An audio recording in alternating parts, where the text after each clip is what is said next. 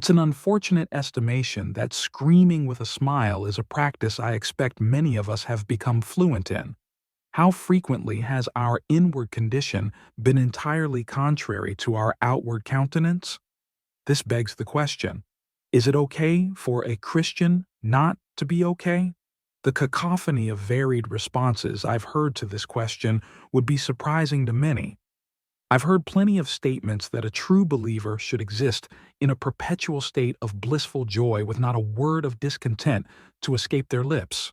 Yet others have responded with the continually downtrodden countenance of Eeyore.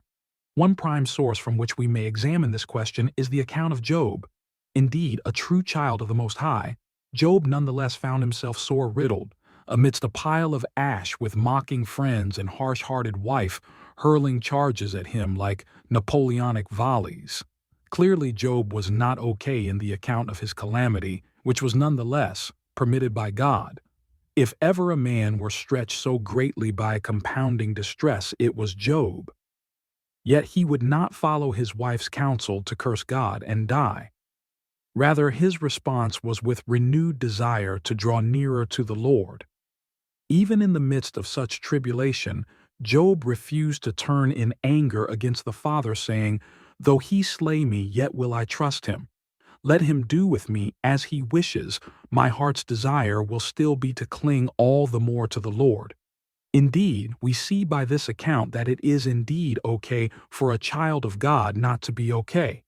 It is not a sin not to understand every bit of context intermingled in every struggle.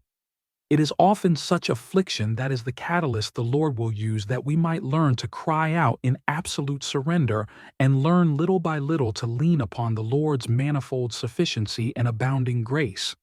It was okay for Job not to be okay, but it is his response to which we ought to look. His trust in the Most High never wavered. His strength, his health, his mentality, and his countenance no doubt shifted about amidst the bobbing sea of affliction. Yet his trust and desire to cling to Abba remained steadfast come whatever. So here is what I believe to be the answer to the initial question. It's indeed okay not to be okay. Our lack of being okay may even be a disguised blessing as our loving Father permits such, for our tempering sanctification, that we might be edified as we move about the providential chapters of this pilgrimage, and likewise be equipped to edify those struggling as we have. The Lord's goodness may be found in every facet upon which we look.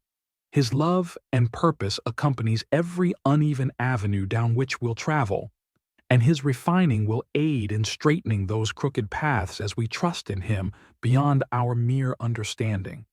It is okay not to be okay.